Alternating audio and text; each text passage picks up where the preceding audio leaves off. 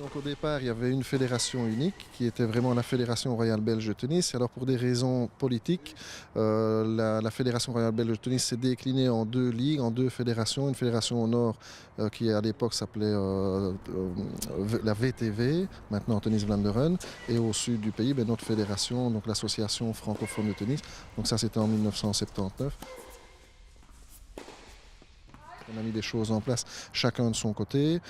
C'est comme ça qu'on a vu la naissance de deux centres d'entraînement et de formation, un à Anvers pour Tennis Vlaanderen et un ici à Mons pour l'association francophone de tennis, avec des systèmes de détection chacun de son côté, avec des systèmes de formation chacun de son côté. Donc oui, on a travaillé chacun dans son coin. Ce rapprochement est dû vraiment au fait qu'on veut rentabiliser les ressources et essayer de donner une dynamique qui amène les gens vers encore plus de performance.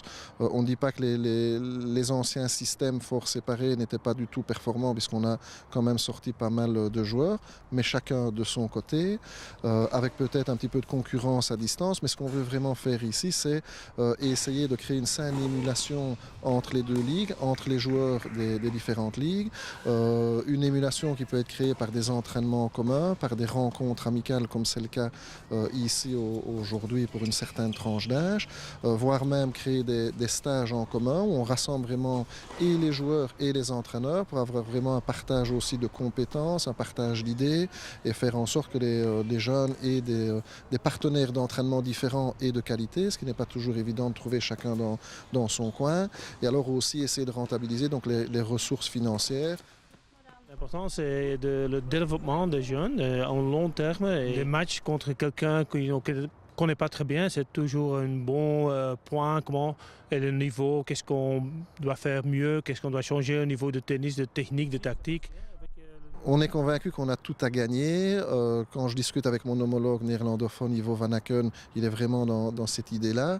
On est convaincu que finalement, en mutualisant les ressources, en créant cette saine émulation-là, ben oui, sportivement, on va tous s'en sortir.